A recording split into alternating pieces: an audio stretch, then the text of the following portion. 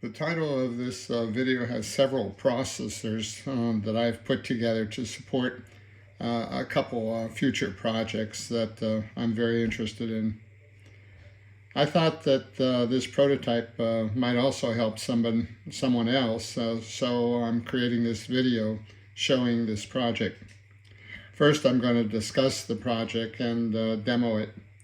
Then I'm going to go through the code in the STM32F4 then the code in the ESP32, and then finally what I think is some of the more interesting code, the Python 3 code in the Raspberry Pi. On the left side of the board, you see a breadboard with an STM32F4 and a ESP32 being powered by a USB connected to an iMac. The STM32F4 has a program that is just checking to see if a button has been pressed, and it will also be generating 4 sample numbers. When the ESP32 requests this data via an I2C line, the STM32F4 responds by sending all the current data, the button and the 4 values that are being generated. In this demo, the data itself is not important. It only exists to identify its path to the displays. The ESP32 will try to sign on to the Raspberry Pi Wi-Fi access point and then establish a client connection to send the data it received from the STM32F4 Code is loaded on the ESP32 by the same cable that is powering the board. The STM32F4 code is also loaded by a USB, and it uses the USB to serial adapter to load the code. Once these processors have the code and are powered up, the code is just executed. It's in the processors, and as soon as the power is there, it'll just start from the beginning. Whereas the Raspberry Pi has an operating system and does not start the same way. The Raspberry Pi, as I say, has an operating system, and it can have a lot of programs and not just one. The code that I'm using is activated at startup and has the function of a server that receives the data from the ESP32 via the Wi-Fi access point that mentioned was there. It uses an I2C line to a multiplexer to display data on 2 displays. The problem is these 2 displays have the same address, and you can't have 2 devices on an I2C line with the same address unless you use a multiplexer. So once the Raspberry Pi is powered on and the server is waiting for a client to connect, resetting the ESP32 starts it connecting to the server, and the 4 numbers created by the STM32F4 are then displayed. I used one of the many articles that you can find on the web through Google to make the Raspberry Pi a Wi-Fi access point.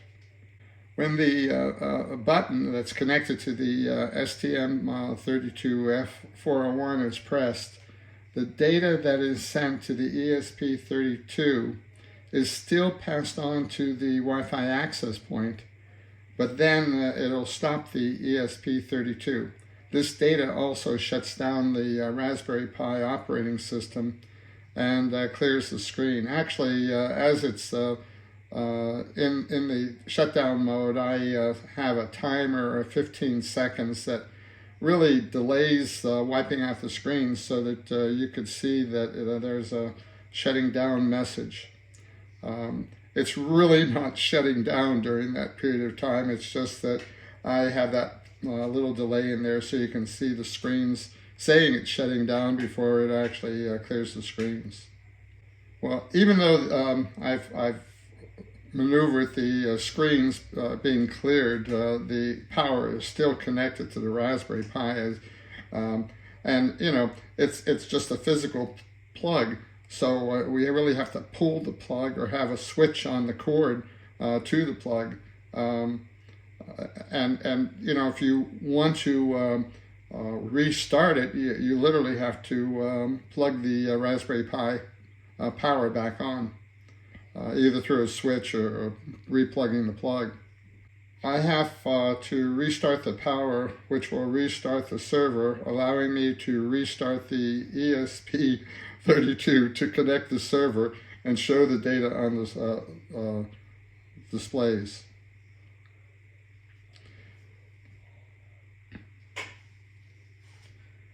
As you look at this demo, I'm sure you might question certain things that I've done. I even question them, but I've created this project for very specific reasons. A lot of the code that I develop for robots and drones that are sitting on the table next to my desk, and in addition to the serial connection to my iMac, having displays on these units gives me a lot of information. And you know, it helps me debug the code as well as come up with newer algorithms that might give me more enhanced function. As the function I am testing requires my robots and drones not to be close, I still need to get the information to help improve the code I'm developing. Having a local Wi-Fi access point may not be very reasonable with a robot flying down a football field, but rather a drone flying down a football field, or a robot just walking or traveling a distance away that are outside the limits of a Wi-Fi access point. But however, for local testing, when it's fairly close and it's within the limits of the Wi-Fi, you get all the kind of information you need through having some sort of information sent back to a site where you can see it and control the actual workings of the robot or the drone. You might also wonder why I used a STM32F4 and an ESP32 when this prototype could have been shown with just the ESP32. Well, I do have a drone project where the STM32 can have 16 channels of input. My Tyrannus transmitter can send out actually 16 or 24, but I'm using 16, and it requires 16 pins to be able to process each of those channels. And it also in a drone you need another 4 pins if you know, for a quadrupod, a quad type drone, you need 4 pins for the 4 motors. Addition, you know, I'm going to have some I2C connections and an SPI connection. The SPI, like on an SD card adapter, to save some data. Since there are a limited number of useful pins on either module, using both allows me to develop a flight controller on the STM32, and uses the ESP32 to provide information back to the displays. You might also ask, what about the transmitter receiver radio waves creating noise for a local Wi-Fi, which is probably one of my biggest concerns, or the other way around, where the Wi-Fi can cause problems with the transmitter receiver. Well, I've set an ESP32 right next to an active drone receiver, and I had no problems. There was no noise that I could pick up, and as long as the drone can function and I could get the correct results, then you know I can work in that kind of environment. What I want to do now is just discuss a little bit about the wiring. The first thing is notice that there's a cable coming out of both ends of the breadboard, and the USB cable coming out of the left side is connected to the ESP32, and that cable can power the ESP32, and with the small cables connected to the breadboard from the ESP32 or the way I power the power strips on the breadboard from the ESP32. And on the other side, the blue cable is used to power the breadboard if I'm using that cable. You can only have one of these things going at a time, so I'm either working on the ESP32 or I'm working on the STM32F4 Now, in either case, the cables are used to load the programs to the modules. Now, looking at the ESP32, there's a yellow and a green wire coming from the breadboard connected to the ESP32, and that yellow and green wire, you'll notice that there are actually, what I'm looking at here is six of the pins of the ESP32, and those 6 pins I've identified over here, so that the end pin, which is the ground, and you'll see it's connected to a strip of the breadboard, which will be the ground. And then if I go over 2 pins, I'm looking at the I2C for the clock of the clock wire for the I2C. And if I go over another 3 pins to the left, you'll see that there's a green wire, and that's the I2C for the data. That's the SDA. And that I2C is connected from the ESP32 to the STM32F4 The reason that I have the pins identified for the ESP32 is that there is no labeling on top of this ESP32, whereas the STM32F4 has the pin numbers identified. So on the STM32F4 the B7 is for the data of the I2C, and the B6 is for the clock of the I2C. And they're connected for both the ESP32 going to the STM32F4. Now, the other green and yellow wire there you see are plugged into the A10 and A9 pins, and the A10 is the RX and the A9 is the TX. Now, the USB to serial adapter, the blue cables plugged into, the TX of the STM32 is plugged into the RX of that USB serial adapter, and the RX of the STM32 is plugged into the TX of the USB to serial adapter. Okay, that is the wiring. You'll notice in the middle of there that there's a little wire connection. Let me just point to it, this thing here. It's because this bank of ground and voltage are not connected to this bank, so I have to connect them here and also on the other side. you will notice that that this I2C connection here, I do put 2 pull-up resistors. I've noticed that on most things don't have pull-up resistors, and they're really needed for the I2C connection. You'll see it over on the displays also.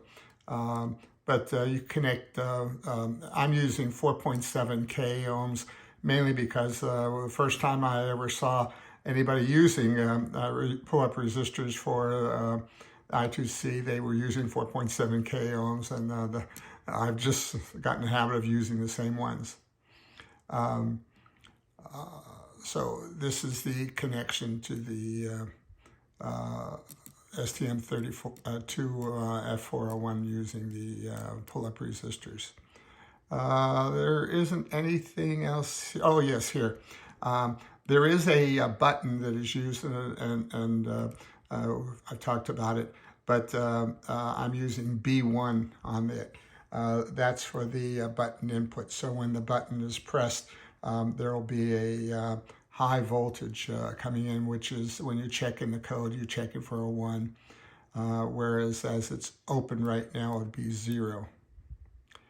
And, oh, these 2 red wires, it's just to make sure that the voltage and ground bank on this side is the same as the voltage and ground bank on the other side.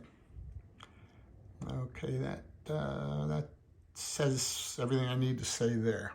Okay, now going over to the Raspberry Pi, these 6 pins, 3 pins in the lower bank and 3 pins in the upper bank.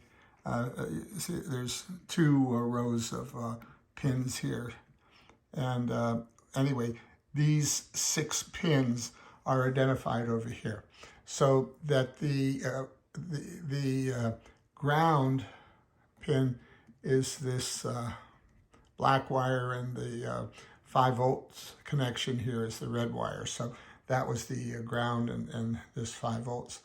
On the lower side of the 2 rows of pins, the third one is the clock, identified by this yellow wire, and the next one over is the data wire, identified by the green wire, and they're connected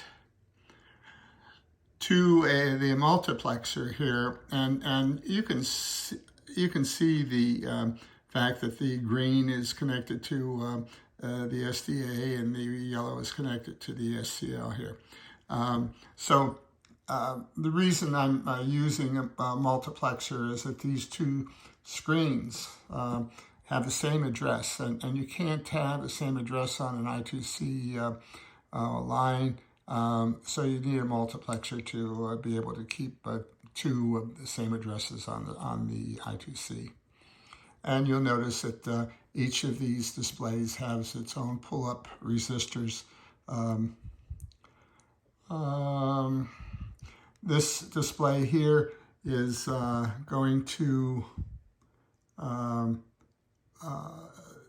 the I2C1, and this display is going to I2C0. However, in the code, I2C0 is referenced as a 1, and I2C1 is referenced as a 2, and that's because even though the display labels them 0 through 7, because there's 8 possible lines you can have for this multiplexer, the code goes from 1 to 8. Okay, I think that takes care of, oh no, one more thing, and that's that the plug for the voltage is right there, and this is a 5 volt line just being plugged into a normal outlet. Oh, another thing is that when I'm actually developing code, since this is a Wi-Fi access point, I have to have a serial printer, not a serial keyboard, a serial mouse, And then since it's a Wi-Fi access point, it has no interface to Wi-Fi itself, since this is the center of a network for other devices. So if you do need updates and things, this is an Ethernet port over here. So you can still access data through the internet using the Ethernet port right here. Okay. Normally, the HDMI, these are many HDMIs, and this is what's hooked to the screen. Okay, that's the wiring. And now to talk about the code. This sketch is just producing meaningless data to show that data it produces in the STM32F4 can be retrieved by the ESP32 and sent to the Raspberry Pi Wi-Fi access point so it can be displayed. A robot based on an STM32F4 can be getting real data, meaningful data from a sensor, in addition to sending it control data. Sensor data like ultrasound data to avoid an obstacle, or if in a firefighting mode, heat sensor can be used with a fire. A drone, on the other hand, can get three-dimensional location data and speed data, and in addition to changes in the location or the speed. So this prototype is not really concerned with the data itself, but the path that data is taking to get the data displayed, so that future meaningful data will be available. Let's just take a fast look at this trivial code. Now, the STM32F4 is really just responding to requests coming from the ESP32, as you saw in the earlier demo. So I just call this the responder. You need, for the I2C, you need to put in the wire.h library, so the include here is necessary. The 4 pieces of data that it's going to be generating, I just have variables, I count 1 through 4. And then remember there's a button that we press to bring down the path of the data, both in the ESP32 and bringing down the Wi-Fi access point in the Raspberry Pi. This is just a character array. If you think about it, I'm going to have 4 characters for each of these counts, and then I need a separator between them. I'm using a pound sign, as you can see over in the data. Actually, I'm running the program as I'm talking about it, so you can see the data is being produced. The 4 fields here are just meaningless data, and the 0 will either be a 0 or 1 based upon the button being pushed or not. The button itself is, I mentioned to you earlier that it was on B1. You can use PB1 to actually identify it in the code. The setup doesn't really need a serial begin.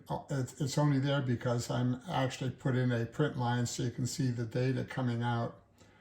The wire begin is the way you initiate the I2C for this responder, and 12 is its address.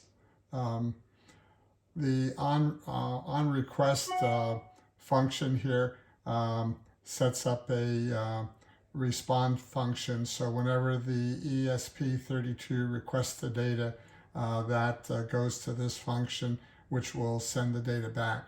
This is just the initialization of the 4 fields, the meaningless data, and the first one will go from 0 to 500, the second one 500 to 1,000, third 1,000 to 1,500, and the fourth one 1,500 to 2,000. This just simply says that the pin for the button is an input pin. The loop doesn't really need to do anything. I've just got a tenth of a second delay in here. Now this is the response function, which is very trivial. The button just checks to see whether we're looking at getting a high voltage or a zero voltage. And of course the button itself is the 0 over here in the first field. And then we just increment the 4 fields and we set up the string array. Actually, I have a 0 field here and it's really ridiculous. I should have just said 1D, but anyway, that'll be either a 0 or 1 in that first position. Then each of the other fields are separated with these pound signs, as you can see over here in the data itself. And then I added this line here so you can see the data. It just prints the string, actually the character array, str. And this is where it gets written back to the ESP32 that requested the data and initiated this response function. These 4 ifs just simply ensure that we're only looking at the count of count 1 going from between 0 and 500 and so on. So that is the trivial program that's currently running in the STM32F4 but this would be the main program or most meaningful program if you had real data in a real application. Okay, now let's take a look at the code in the ESP32. This is the code that's running in the ESP32. So it's going to be requesting the data that we saw that was being generated in the STM32F4 At the beginning, you need the wire.h library for the same reason you did in the STM32, and that was that this is what generates the I2C and provides all the support for it. Then you need the Wi-Fi .h, and that will be the library that's necessary to communicate with the Raspberry Pi Wi-Fi access point. This is where we create the client object itself. A couple of variables, I and j, you'll see them later on. Client stop is just a Boolean variable that when that button is set, I set it to true, and that way it'll start bringing down everything. Care received, as you're getting the data from the STM32, we pick it up character by character and put it into a string data received. Okay, in the setup, now since this is the parent and a parent-child relationship where the I2C device that is being requested for data, you have to have the address of that one. But since this is the main device on the I2C, it doesn't need a address. So no address is found in this begin. Serial begin is only there to put out some debug information, which is the first thing I'm doing is we're trying to connect to the Wi-Fi access point. I've set the name of the Wi-Fi access point to drone view, and the password is also drone view. Then it comes up with a statement and it says if it's not connected, wait 0.3 seconds and then just put out a dash and keep doing this until it gets connected. What I'm going to do now is over here you see the data that you'll see being printed out a little bit later in this code. But if I hit the reset on the ESP32, you will see the connecting to drone view, and you'll see this dash going until the connection actually takes place. So I'm going to press the button on the ESP32 right now. Then down on the bottom of the screen here, you see the connecting, and then it comes up with these two lines and then some more data. Unfortunately, it's hard to read that as it went by that fast. But basically, it came out and said it was connecting to the Wi-Fi access point, which is 192.168.4.1. And that's not proprietary because I just simply took that out of one of those scenarios and made mine that way. And you can't get to it anyway because it's a Wi-Fi access point and you have to come through the Ethernet anyway.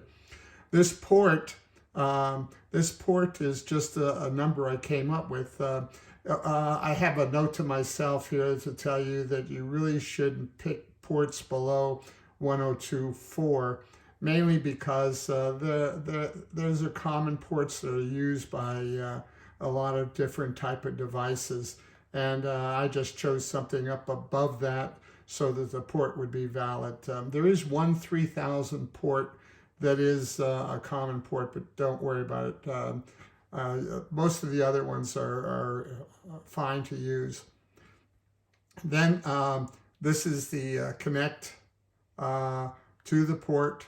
Not to the port. It's a client connecting once the sign-on has taken place to the Wi-Fi access point. So this took place, the fast line, and it came out and said that the client has connected to the Wi-Fi access point as a local IP address. Now this local IP address is assigned to this device by the Wi-Fi access point, and if you saw it go by, it went by as 192.168.4.12. And so this is the Wi-Fi access point, and the client right now, its local IP was just a 12 at the end instead of a 1. As part of the setup, since the client is not stopped at this point, I set that to false, and this is another variable that's necessary to ensure that the code doesn't continue later on, and you'll see that. In the loop, every time through I have a time delay, and this is only because of the amount of time it takes for this data to get over to Wi-Fi. I didn't want it to be, and I checked it at different numbers, and 300 worked fine for me. If the client stop, okay, now we know that the client stop is at this point is false. It hasn't stopped, but not false is true. So this is a true statement, and we get the debug statement. It's getting the STM32F4 data, which is, you see it over here in the listing of the output. And then I'm going to request from 12. Remember the STM32F401 we set as an address of 12. That was arbitrary. It could have been anything, but whatever we put there, we have to put here. And we had 23 characters assigned, and I had given extra space for a possible line feed carriage return, but we only need 21 characters. If you look at the 4 variables and the pound signs, that's 20, and the extra 0 or 1 for the push button is 21. So that's what I'm requesting. I set the string to nulls. I set the first character index to 0 because I want to check to see if this is a 0 or a 1. So I come in and I read a character. This is going to loop until all the characters from this one particular send to the, request for data from the STM32F401. It's going to go character by character, and it's going to add them onto the string here. But if it's the very first character and the character is a 1, then I want to set the client stop to true because I want to stop everything later on. And the character index of 0 is going to be this first one, and if it's set to 1, we know the button was pushed. Okay, then I just keep incrementing I so that the next time it goes through this wire available. In other words, there's another character it's going to read on this string that consists of this whole line. Okay, then I put out sending data Wi-Fi access point, and then I put out the data received. And see, this says sending data Wi-Fi access point and the data received. So that's what's happening here. And then the client connected, it's checking to make sure it's still connected to the Wi-Fi access point on the Raspberry Pi. And if it is, at this point, it's going to send that data to the Wi-Fi access point. Now, if we had hit a 1 up here, then the client stop would be true. And let me just do that. Let me hit the button. Okay, and you see that on the bottom here, that now there's a 1 there instead of a 0. You notice the stuff, the stream of data has stopped. It comes out and says that the local address, remember, it ends with a 12, has issued a client stop, and that's the message we put here. And the address comes from this Wi-Fi local IP. And okay, the client stopped at this point was set to true. Okay, so this is true, so it does the client stop here. And the j equals 0, it will only go through this line 1 time, because this is still looping. I mean, this is part of the loop, but we don't want to keep putting this message out. We just want to put it out once. So the j equals 0 was set up, and as soon as it goes through here 1 time, it becomes greater than 0, and it'll never be printed again. But this is the end of the data coming across and the end of the data going to the Wi-Fi access point. But this last bit of data went there before it stopped. So this last bit of data is going to have this 1 in there, so that the Raspberry Pi Wi-Fi access point will see that 1, and it will also shut down based on that.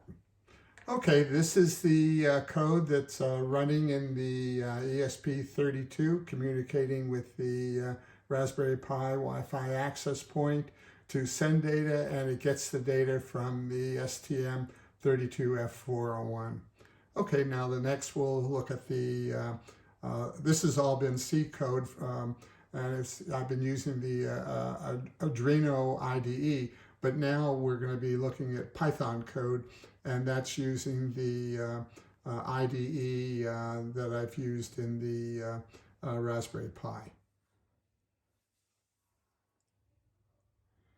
Well, what you are looking at is my Raspberry Pi with an HDMI to a 24-inch television screen. And I have some double tape with the little breadboard stuck to the screen so that you can see the 2 smaller displays. And right below it is the Raspberry Pi, and now it's plugged into the HDMI for the TV. It's got a USB keyboard and mouse hooked up. It's got an Ethernet connection also. And then I've extended the 4 wires so it can connect to the little breadboard that I taped to the screen.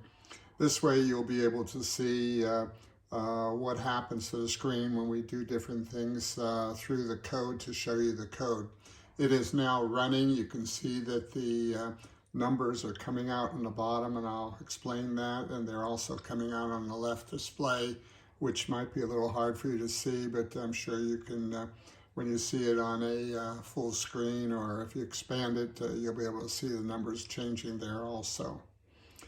Let me just make a couple comments. I had to change the code in order to do this demo of the code, mainly because the code is set up to start up at when the operating system comes up, And of course, I wanted to be able to put it in the editor and start it here. So I commented that out, and I'll explain that to you. And I also commented out the line in the code, and you'll see that will shut it down when the little button was pressed on the connected to the STM32 F401. Let's see, at this point, the only other thing I can tell you is you might notice up here in the right-hand bar that there's a double arrow instead of the normal Wi-Fi indicator. And I told you that since this was a Wi-Fi access point, it did not have a Wi-Fi connection to my main Wi-Fi system. It's connected via Ethernet. And these two lines, arrows, point that out to you. Okay, looking at the top of the code, this is the instructions on how you can have the code. My code name is display drone view.py. You can see the path of it up here in the editor also. But this is the path right here. And if you put this instruction at the end of the file, /home/pi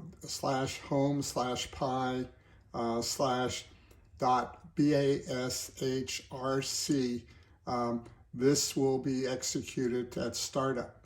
Now, the only thing that you may not need, and I didn't need, you don't really have to give a path to the Python 3 compiler itself or language itself. If you put it someplace other than user bin, then you do have to put the path in there. So when I put it into the .bashrc, I just put it as a sudo python and this path to my program. It's /home/pi, and then I have a subdirectory in pi of Python 3 programs, and then this is the name of the program. So this is how when I showed it to you as a standalone system, that the software was initiated at startup. Okay, having said that, these are my imports. I use the time function. The board function here seems to do the same thing that the wire function did in the Arduino C-base code. And the Adafruit, this is the name of the two little displays, SSD1306. I need the image draw, and image font functions, so they're imported from this library. And then I have to have the bus IO and the SM bus 2. And then the sub-process is what I use to shut down the system, which is commented out right now. Then we get to the socket, and this is how we establish the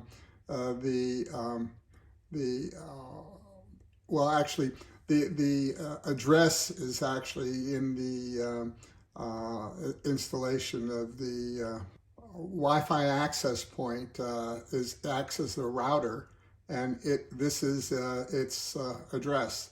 The port I explained to you in the last set of code is just the port that we're going to set this Wi-Fi access point up for.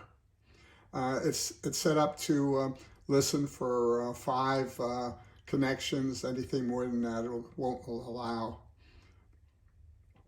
The I2C board is set up just like the wire did. The font, I'm just using whatever font they have as a default. Bus, this is the bus that from the Raspberry Pi itself, those 6 pins that I showed you. There was 2 pins for the clock and the data, and that was the I2C 1. So that's what this is. The right 70, now the multiplexer address, if you leave it without changing it, it's 70. You can make it 71, 72, or actually all the way up to 78. I'm not sure how much higher you can go, but there's those 3 pins. Unfortunately, my little sticker came off, so there it is. I'm just going to put this right back there, and hopefully it stays. Okay, well, if it falls again, we'll have to stick it up again. Let's see. So the 70 is the multiplexer address, the default if you don't change it. There's 3 little pins that you can set to voltage, and they'll change the address of this. But one, what I'm saying is, remember I told you there was a difference in the multiplexer. So if you code it as a 1, it is the 0 the I2C line on that multiplexer. The display is the definition of the 1306. This is 128 pixels by 32 pixels. You can make it 128 by 64 pixels, and what you get is, if you notice on the display over here, I have 3 lines. It can have 4 lines at 8 bits pixels. So 4 times 8 is 32, so that'll give you 4 lines, and the 128 pixels uses the pixels across. If you make it 64, of course, you can have more lines, but much smaller font. The address is 3C. I know that because I scanned the displays back in the Arduino with a scanner, and it shows that the manufacturer generated it at 3C.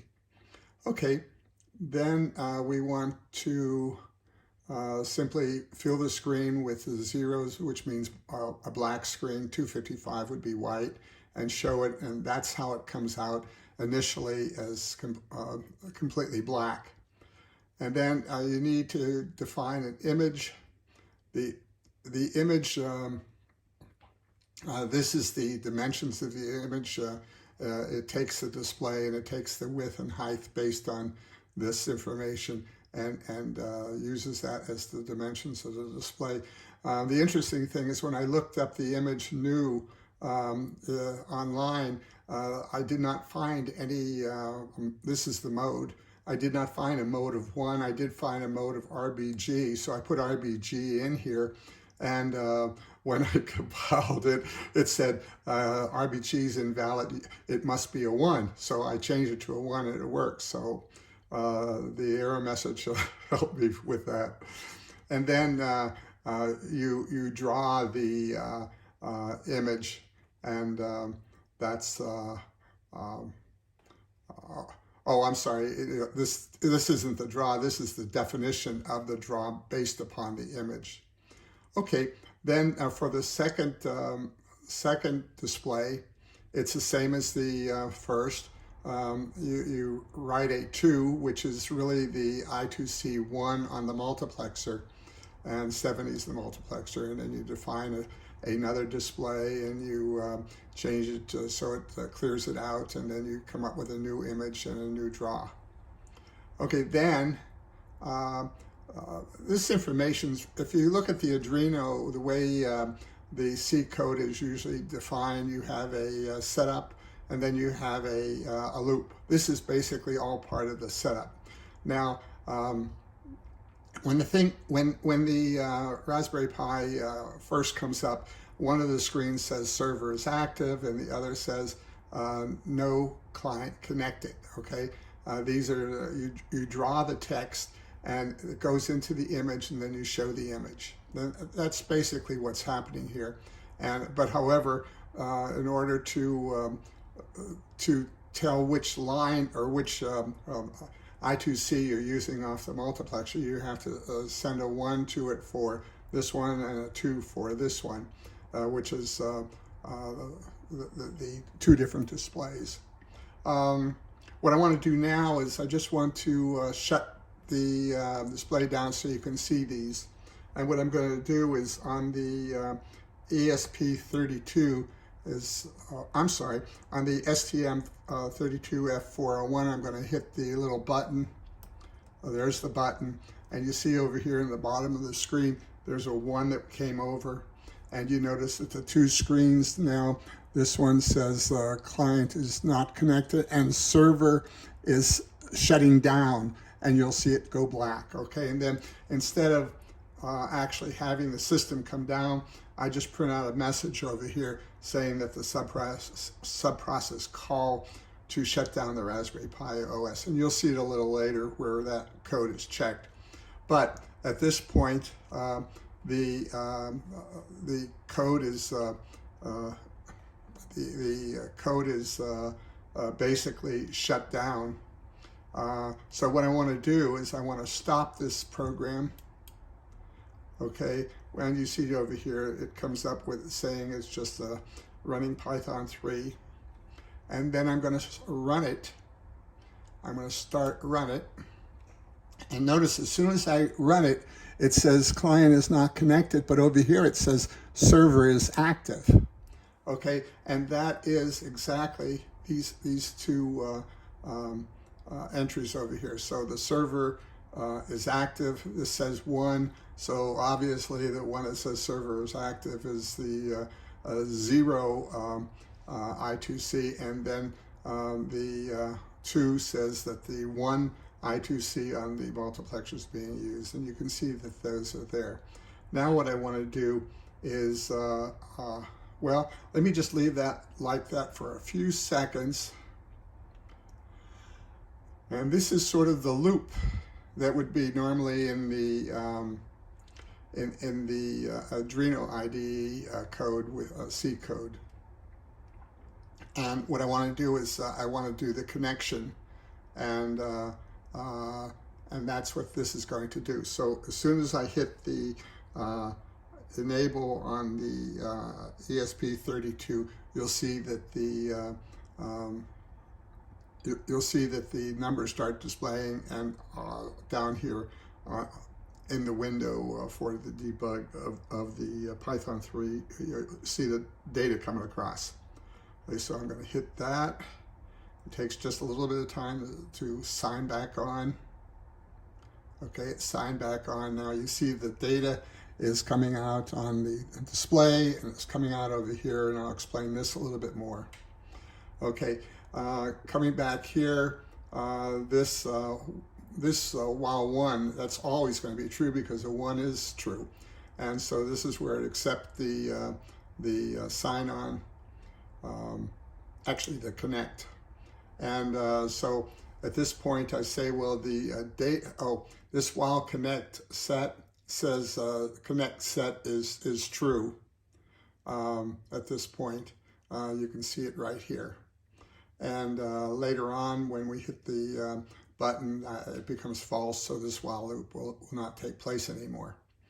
The data, I said, well, I'm not going to have more than 100 bytes coming in, and really, if you think about it, one of my drone projects is 16 channels of data coming in. That's about 80 bytes if you consider the pound characters and a 4-character field each. And there's going to be some other data coming in, such as an accelerometer, a magnetometer, a gyroscope. So I have other data coming in also. Okay, that data comes in. It comes in as bytes. It does not come in as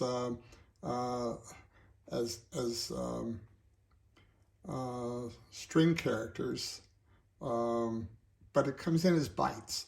And in order to convert it over, what I want it to do is change it. And for some reason, like in the Arduino, you have these string functions that you can convert things back and forth. This one uses something that's a little odd to me. It's data equals data.decode with a format code, and that will change it to string. Okay, so when I convert it over to a string, I print it out over here. So this line over here that has the pound signs in it, that is the data that's coming across. And you remember this from the other two programs. It was generated in the STM32F4 and it went to the ESP32, and that sent it over here, and you see it again. Okay, then I use a data.split on the pound sign, and that's the reason I put the pound sign in there, so that I could separate these fields. And I said I had 4 pound signs. As you can see, there's 4 pound signs in here. And then I print out the data after it's been split. That'll produce an array of 5 fields. And those 5 fields are in this printx, and that's what's printing off this line. Now, if I did get the 1, in other words, the button was pressed, then I go back in for the, I set the I2C 1, which is set, you need a 2, and I come up with a new image and draw, and I put out the LotBot robotics.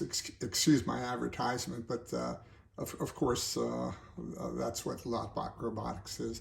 And then it says no client connected again, and then it shows it. Then on the other display, I put out a LotBot server is shutting down. This is all the same type of code. And then this is where I told you I have a 15-second delay.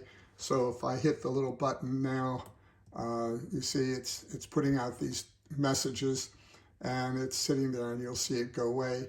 And then when it, after 15 seconds, I just clear out the display color, which is turns it black like that. And then this is actually where I put the black out, or clear the screen. Okay, since the screen fell down, that's a good time to not have that anymore. And this is where I actually commented out the line so that it would not shut down at this point, so I can show you the rest of the code. And I put out this comment instead, and this is the comment down here. This is actually where the connection gets closed, and this is where I set it to false so it won't go through the loop anymore. However, if the if the the first byte was not 1, in that case, it would put out the data, the 4 fields you saw, and it still put out LotBot robotics on the top. Let's see. I'll just hold it, and we'll stop this, start it. Okay, there it started. I'll enable it again.